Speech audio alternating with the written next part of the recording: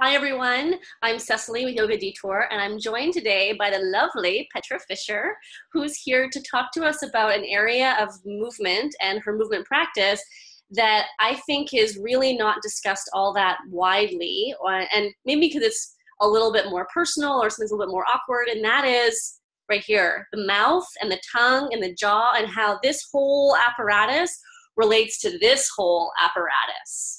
So a few weeks ago, or was it last month, Petra, when did you publish that blog initially about?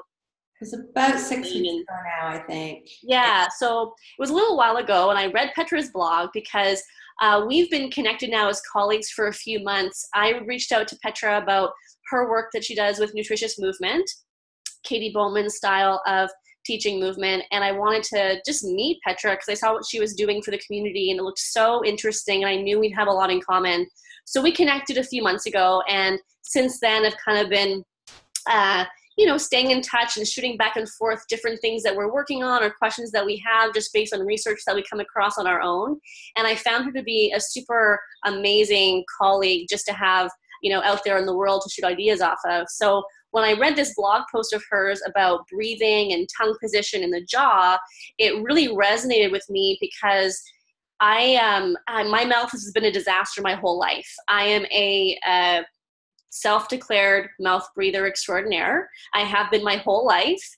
And it really wasn't until the last few years where I became introduced and exposed to the Buteyko method that we use in the Detour program that I started to understand the ramifications of mouth breathing on everything else. So we're going to get into that a little bit more with Petra in a moment, but the other things that really interested me in terms of what you were mentioning in your blog was tongue resting position and swallowing and also talking, because this is what I'm talking, especially in these videos. And now maybe that I've said it, you guys watching it will see it, that there's stuff going on with my mouth that I'm not aware of at all when I'm talking. But then when I watch it back after the fact, I'm like, what's going on there with my mouth?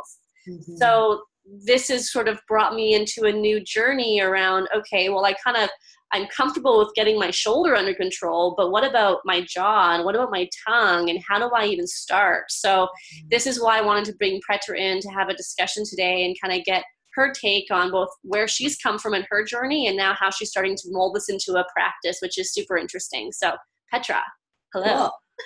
Cecily, super exciting to be here with you, and I just think the world of the work that you guys are doing. So it's awesome right now to be in the movement world with so many smart people who are rethinking what movement even means. So it's awesome to be here, and I think it's a really great subject because you're right, it's not talked about very much. And when it is talked about, it's being talked about in these little specific pockets that don't actually reach broadly. So that's really the reason I wrote those blog posts, was to start getting a conversation started. So it's even more exciting to be here to continue that.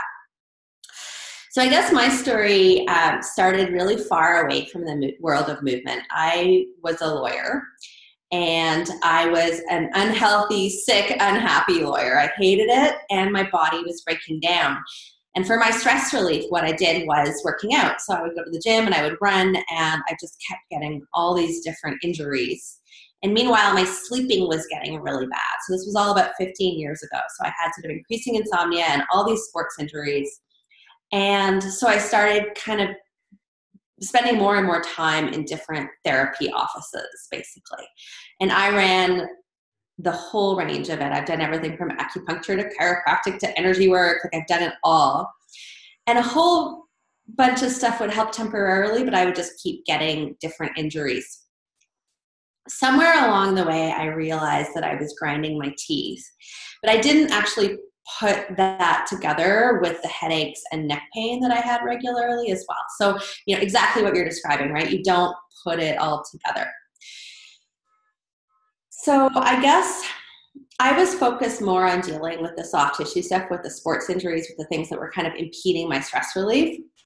And I started getting really interested in the work that my different therapists were doing with me. And the more I realized how awesome bodies were, the more I wanted to work around them. So I transitioned away from corporate life about 5 years ago now and discovered the work of Katie Bowman. And so I'm certified to teach her approach to movement, which is called restorative exercise, in the broader context of how you move through your day, through your life. And I guess her message, one of her messages, is that how you move shapes your body, which, we all know as movement people that it clearly does. You adapt to the movement input that you get.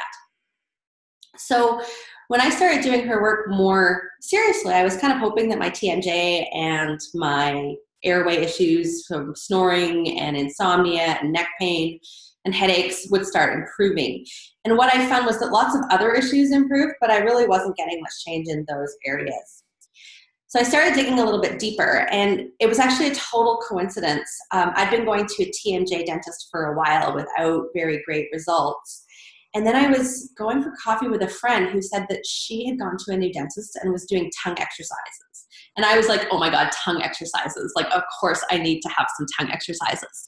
So I looked up this dentist, and I walked into her office, and her hygienist was like, oh, you have a tongue tie, that's your problem. And no one had ever mentioned tongue tie to me, and I really didn't have an idea of what a tongue tie was or what it meant for your body or anything. So I was like, okay, this is awesome, because now I've got a path forward I can work with. So that was about September, October that I kind of discovered that. And since then, I've been getting more and more involved, both in my own therapy and healing journey, and also learning more and more about the exercises that can kind of work with the impacts of a tongue tie. So I guess a tongue tie is a thing that lots of people are starting to become more aware about when it comes to babies, because when you have a baby that has a tongue tie, they typically can't latch. So that means they can't breastfeed properly, and it causes a lot of distress for the baby and the parent.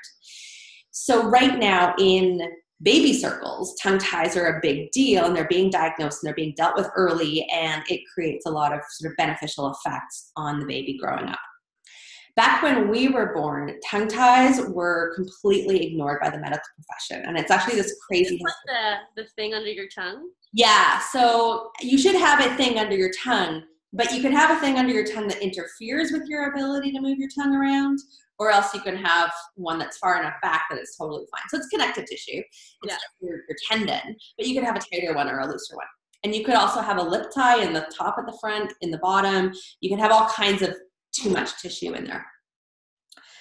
So yeah, when we were babies, breastfeeding wasn't as much of a thing, and the medical profession was really against dealing with tongue ties, because midwives used to just, when they saw a baby with a tongue tie, they would literally just flick it off. So the newborn got it dealt with immediately. And then when babies were medicalized, the doctors were like, well, that can't be right. And so they let it go. The result of that is that a whole bunch of now adults have never been diagnosed, have never been treated.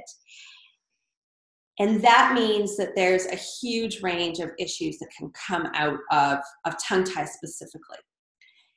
In the broader context, because not everyone has a tongue tie, but it's about 1 in 4 people. It's huge. It's a really bigger issue than you ever think.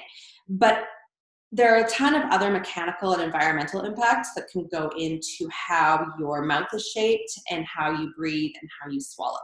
So you probably experienced some of the same ones that I did. Like, I remember I chewed my nails. So that's a classic way to affect how your tongue rests in your mouth. I used to chew on my hair. At one point, when I sort of started realizing I was breathing through my mouth and other people weren't, I think I was like 8, I was like, oh, breathing through your mouth is kind of awesome. So I actually tried to breathe through my mouth. So, you name it, I was like doing everything wrong.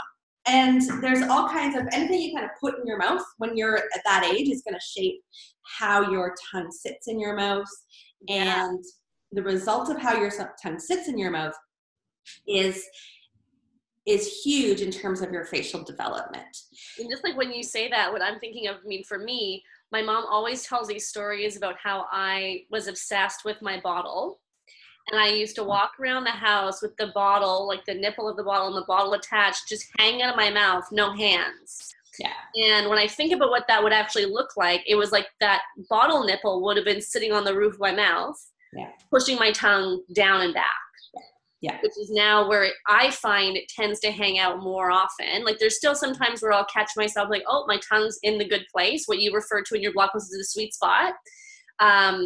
But I find also when I'm exerting myself, like if I'm working out in a way that I'm really like, giving her, my tongue is often on the bottom teeth pushing forward. Interesting. And if I didn't have one of those like permanent wires in from all my many years of orthodontics, then I probably would have pushed those teeth eventually into some kind of disarray from my teeth.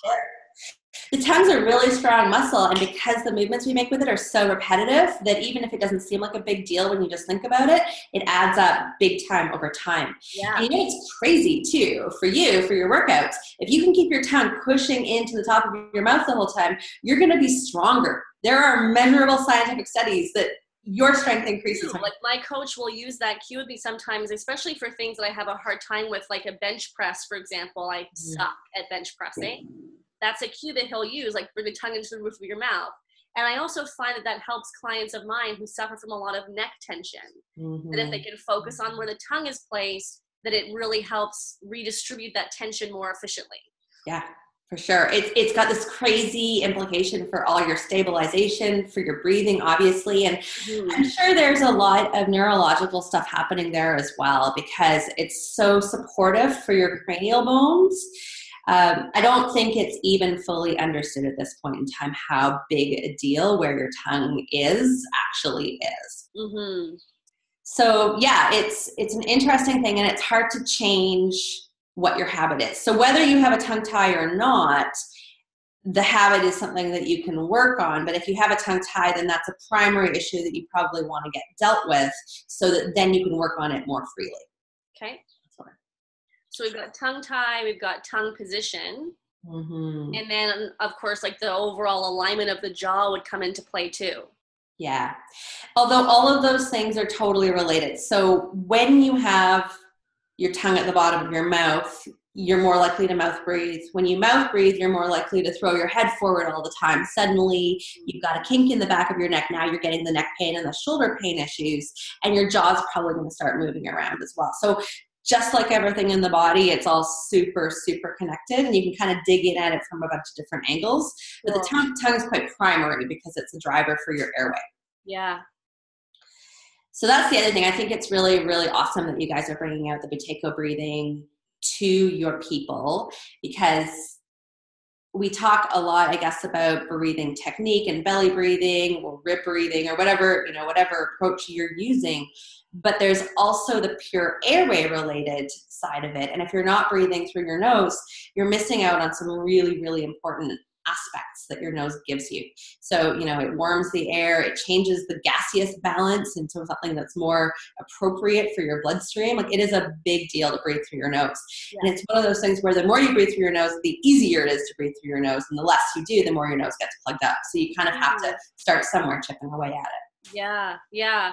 I think it's something that, at least in the yoga community, is still so new, that when we bring the Buteyko method into our program with students, it's, for the majority of them, if not like I'd say 99% of them, the first time that they've heard of it. Yeah. And because the methodology can seem somewhat extreme for people, it can be difficult to latch onto because it's so different. And it's asking us to reevaluate what we thought was right around taking deep breaths and where that breath should be going in the body, and this whole like in through the nose, out through the mouth mentality that a lot of different movement modalities have had. I'm thinking of like Pilates and aerobics and all those kinds of things that a lot of people have done in their lives at some point. So yeah, I see it a lot in my students, people who, especially when they reach a certain level of exertion, it's all mouth breathe, all about mouth breathing. And then when I try and talk to them about how that's actually having a counter effect to what they think it's doing for them,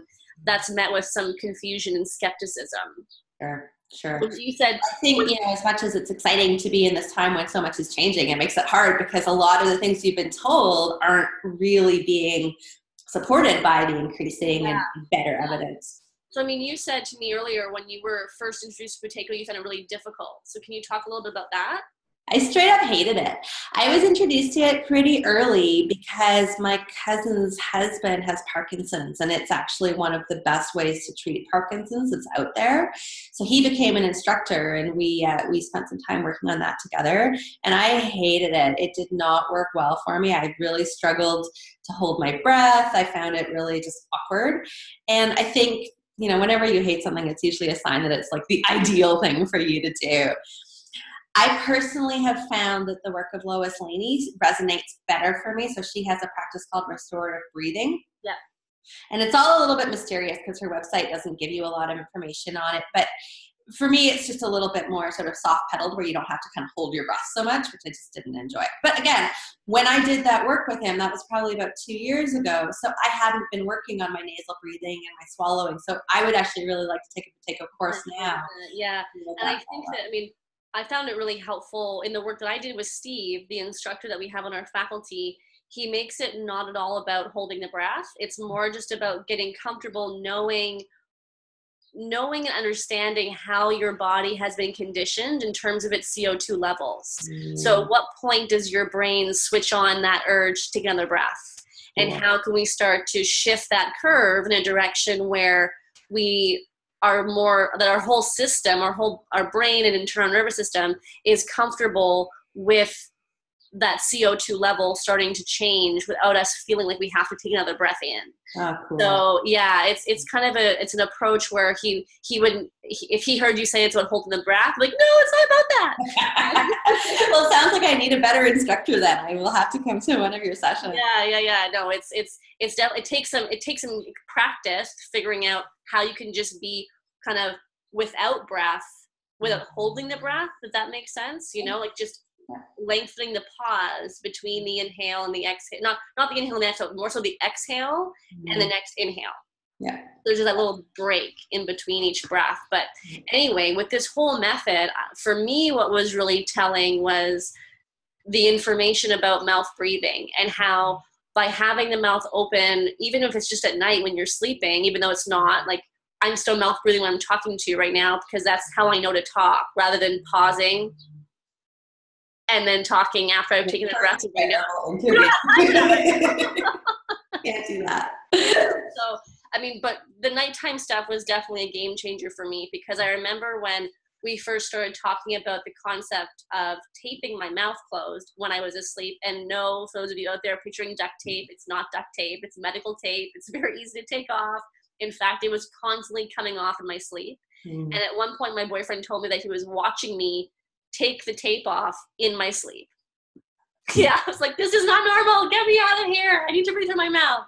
That's amazing. And then when I went through the exercise protocol with Steve and really committed to shifting my whole approach to breathing, then the tape started staying on. And now I find it's like essential. I need to have it on to feel like I'm ready to go to bed and ready to sleep. And I have way, way better sleeps. Yeah. So this kind of opened my eyes to all of the subsequent things that I think were a result of me being a mouth breather, such as 5 years of orthodontics, which began with having a palate expander put into the roof of my mouth to open up my jaw. And if you think about like the mouth being open all the time and how the impact of that on drawing down and narrowing the facial structure, I ended up not having enough room for my own teeth.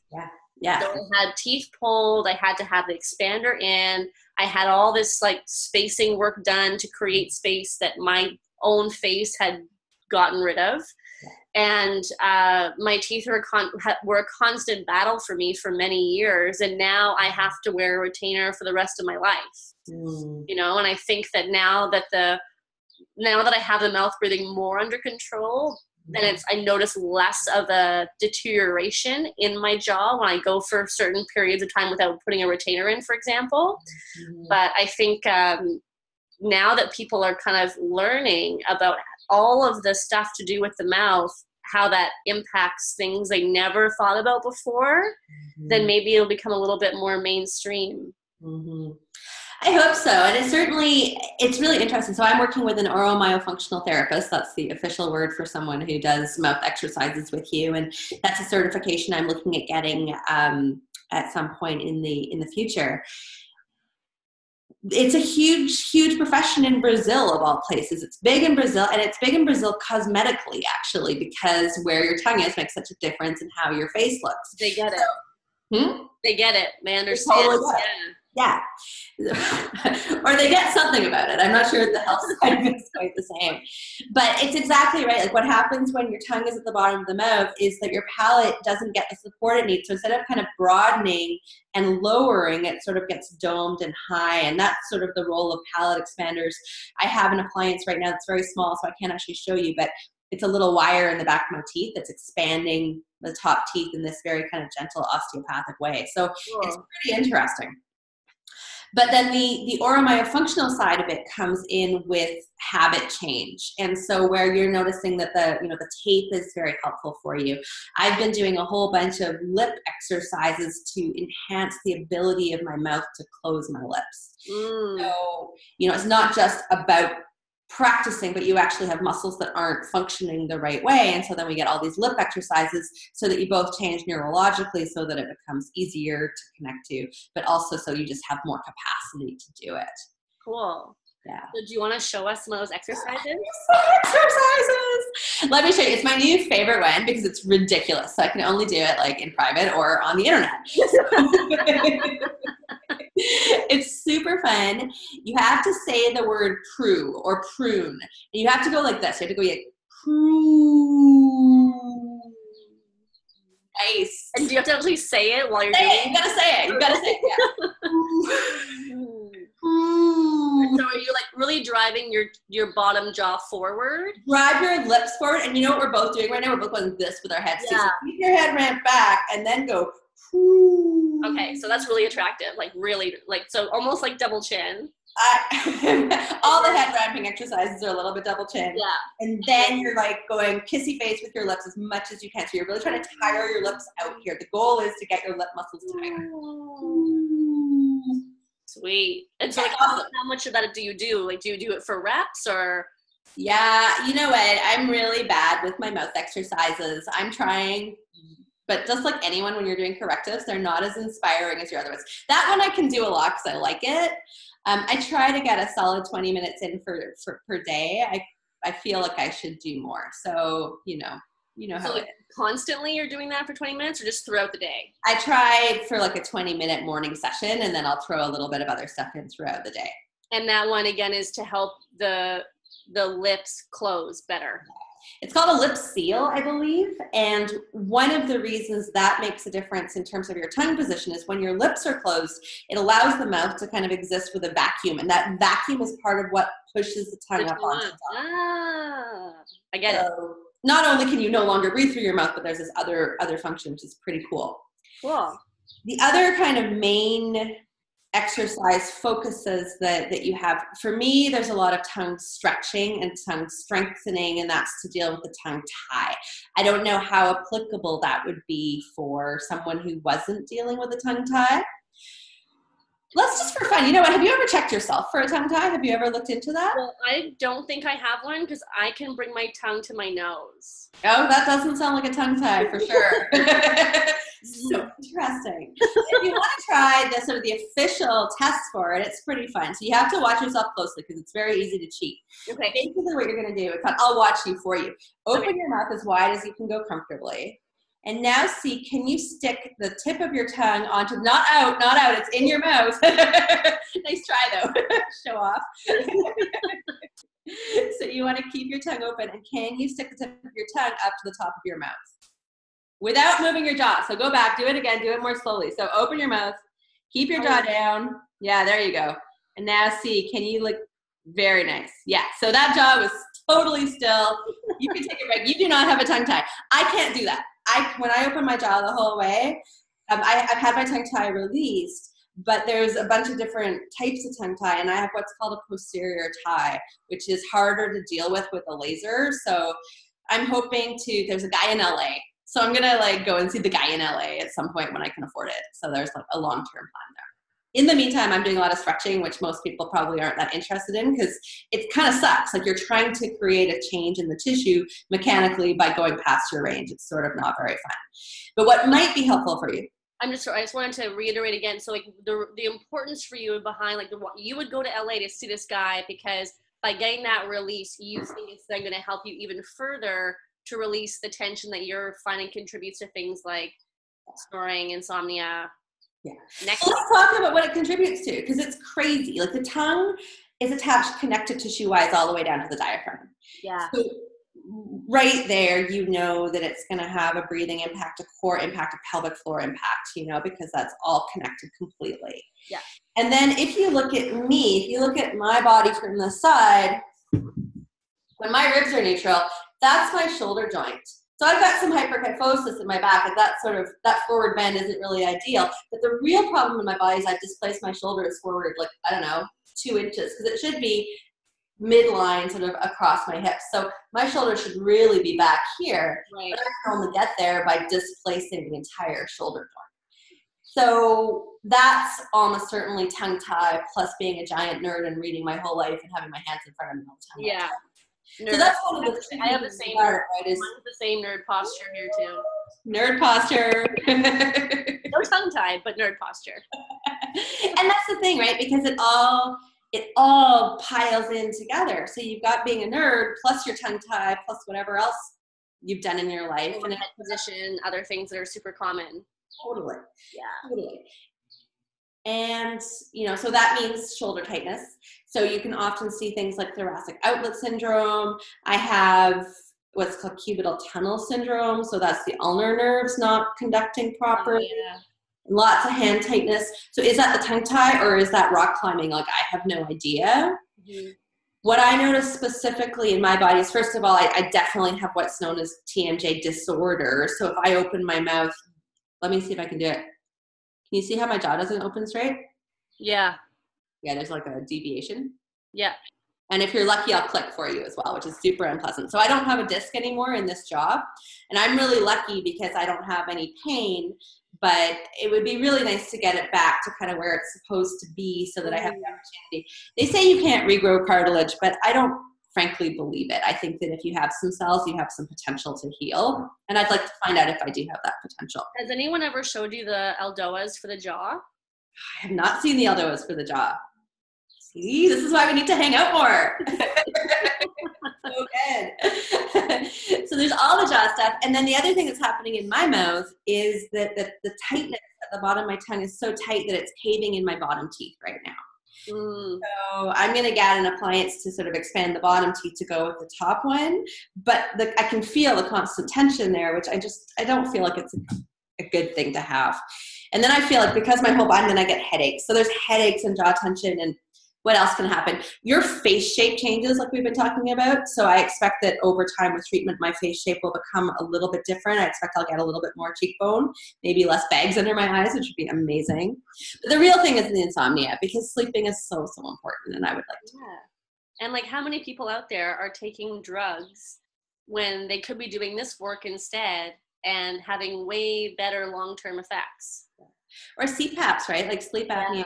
Huge. And this work really can be very effective at fixing that in a way that doesn't involve going to bed with a machine in your bedroom every night, right? Mm-hmm. Strapped to your face. Yeah. So relaxing. So it's huge. And, you know, you're talking body implications, but then there's the brain implication too. If you're not getting oxygen the right way or enough oxygen, then your brain is not going to operate at its best. And with everything that implies, it's huge. Mm-hmm. Mm-hmm.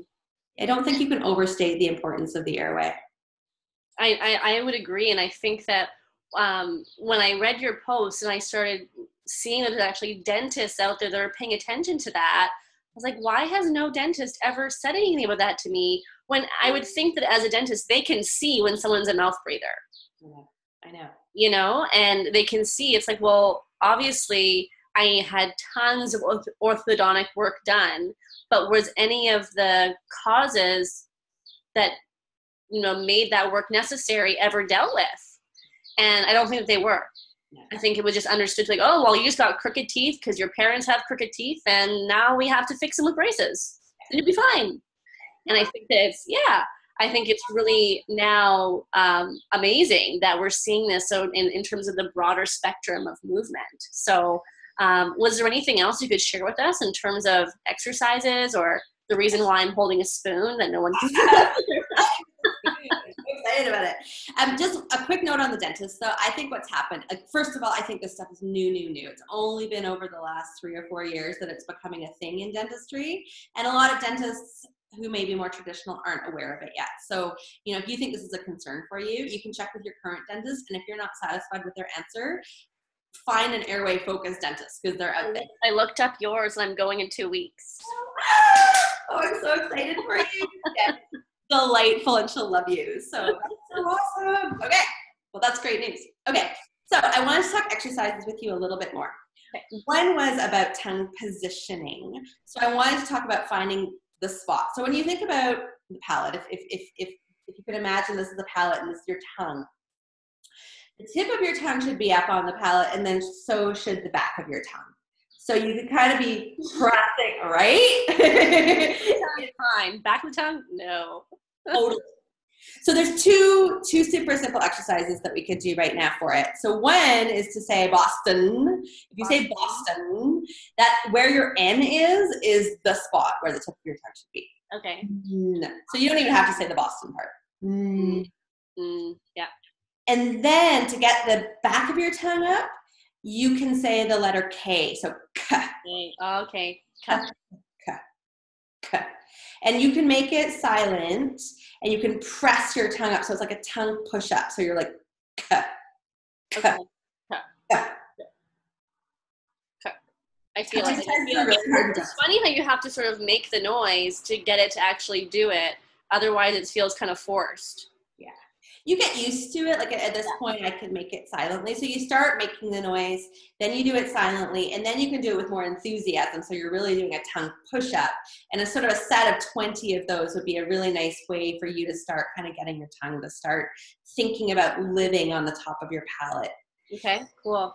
Okay, I'm going to give you too many exercises because that's my chief fault as a movement teacher. But you could advance from there once your tongue's up there, once you've got the going, keeping your head back, you can slide the back of your tongue up and down across your palate. So it's kind of this motion where you're like rubbing the top of your palate, pushing your tongue into it. Can you see my jaw? Like my It's hard work, right? Try that again. You should be able to see this happening here because it's coming, right? So you're like, okay, this is going to be the most boring video ever. But if people try it at home, they should notice it's a fair bit of work. And keeping your head up. When you're doing that slide, you're trying to keep the tongue flush rather than like having it kind of curl or kink in the middle at all. That's right. It's nice and flat. Yeah. And I wouldn't worry too much about the tip for that. It's just an exercise to get the middle of the tongue up to the middle of the palate. So that's sort of tongue positioning, and that will help with your swallow. So a swallow should be a motion that starts with your tongue already at the top of your palate, and all that happens is your tongue kind of squishes your food back. That was crazy to me when I was working with my coach Love Deep, when I told him that I felt my tongue always in the bottom of my teeth. He was like, "This is a big deal. We have to fix this." And we did some swallowing together. And for a second, I know, sounds like, what did you do when you worked out today? Swallowing. When he told me to try swallowing with my tongue up, I couldn't swallow at first. I was like, just wouldn't happen. And then when I really focused on like what you're saying with that kind of wave action happening, I was like, okay, this makes a lot of sense, but I have definitely not been doing it like this. Yeah, totally. And again, so many repetitions, it's happened so much. So, having that practice will help with your swallow, making it less and less something you have to think about. Now it sounds like you're on it, but anyone who's experiencing this, can try it out. So the final thing I wanted to do with you was the one that you required implement for. And this is from Lois Laney's Restorative Breathing, which I'm hoping to take a full training on this October. But this is what I've been doing to work on my breathing, so probably a little different from Bateko. It's a breathing and swallowing technique with a hum. So you probably already know about humming being super awesome for triggering your vagus nerve. It's generally good for your airway, and I don't actually know all the reasons why it's so good for us. It's just good. So this is a super, super weirdo exercise. You're going to take your spoon or your fork or whatever it is. You're going to scrape it on your tongue 3 times to activate some nerves in your tongue. You're going to flip it. You're going to scrape it on top of your palate right around that spot area 3 times. Then you're going to take your tongue up to the roof of your mouth. As you hum, you're going to swallow all at the same time. Let me see if I can show you. So it looks like this. You're like, Mm. You hum and then swallow. So it's like super complicated. Okay, so go scrape, scrape, scrape, scrape, scrape, scrape. Tongue to the top, and then you're going to squish your tongue back along the top of your mouth. Okay. All right. Okay. So, Okay. and I'm not opening too wide. Just wide enough to get your thing in there. Okay. The smaller the thing, the better usually. Okay. Scrape, scrape, scrape. Flip it. Scrape the palate. Tongue to the spot. Nice. And swallow. Do that then like a number of times in a row? Yeah, I would usually do that. You could do that sort of about 3 times each time before you have a meal. That's a good marker. So 3 times a day. So when you're working on breathing and repatterning, frequency is definitely helpful. So that would be probably a good amount to work on that. And what you're doing with that is you're activating some of the nerves that, I mean, you've got so many nerves in your mouth that are directly connected into your brain. It's like a little bit of a wake up happened. Yeah. Okay. Yeah, cool. You can change the thing you use to scrape, and that changes the feedback as well, so it makes it more effective if you use lots of different small things. Like a toothbrush also? A wooden spoon, a chopstick, like anything that's not going to break your teeth, that just will give you a little bit of different feedback. So interesting. So how have you started bringing this practice now into your broader movement practice? I would say the biggest thing that I'm really noticing is I'm working on tongue posture and head posture as I walk. So walking is a huge part of my movement. And I've realized very much that, you know, this was the way that I was walking, and that's an easy fix to make just by sort of sliding your head back and really being conscious of tongue position when I walk. In terms of my broader movement, what I'm doing now is focusing a part of my practice. I mean, it's always so hard with body stuff, right? Because you've got so many bits that you could work on, and I find it hard to just isolate one bit. But I am definitely working more on shoulder repositioning and lengthening my pecs. So I do a lot of hanging, a lot of work sort of side hanging and loading to the side to lengthen through there. And a lot of neck work as well, so sort of decreasing neck tension. And that's one thing that has changed since my tongue tie release. I haven't had any serious neck pain since then. So there's definitely, yeah, it's cool. It's exciting when you see positive change. Because when did you have that done, the tongue tie release? That was November. And I immediately noticed more ability for my head to slide back at all. There's just more to be gained. Yeah, it's cool.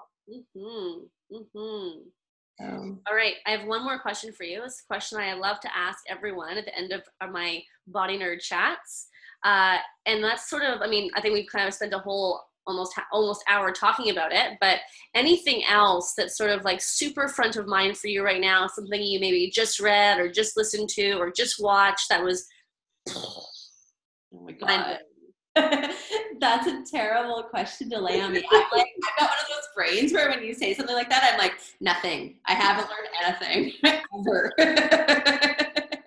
You know what I'm actually loving right now is playing around with some somatic work. I've been listening to some audio Feldenkrais lessons, and they are so weird and they feel so nice. So I don't know if you've ever dabbled in Feldenkrais. Dabbled, like very small amounts. Yeah. Really, very neat stuff. I like it a lot. It feels fantastic, and it's super weird because, you know, it's just these little tiny motions and you're just feeling and sensing, and you create this really amazing change. So I'm really liking little bits of that sprinkled into my regular life right now, just to totally interact with my body in this completely left of field way. And that's an audio instruction you have? Yeah, there's a really great resource online. It's a guy called Twin Cities Feldenkrais, and he offers binodation audio. So I've been going to that and nice. Really enjoying his work a lot. So. Very nice. Cool. Awesome. Well, I have loved chatting with you, Petra. Thank you for joining me here today. I want to be sure to direct everyone to your website and your blog. Can you remind them how to find you out there on the big bad web? Yeah, for sure. I'm petrafishermovement.com, and I have a free foot series on there because I'm also obsessed with feet because they're just super important as well. So that's awesome if anyone wants to come and check that out. I put out lots of stuff. Amazing. Cool. Well, thanks again, and I look forward to seeing you out and about in the world, wherever our paths happen to cross next. I have to come to your potato training the next yeah, time. yeah, you should come. You should I come. And thanks everyone for watching. If you have questions or comments for either of us, please be sure to leave those down below, and we will respond and get back to you. I look forward to the next time I have another Body Nerd chat. So I'll see all of you back here then.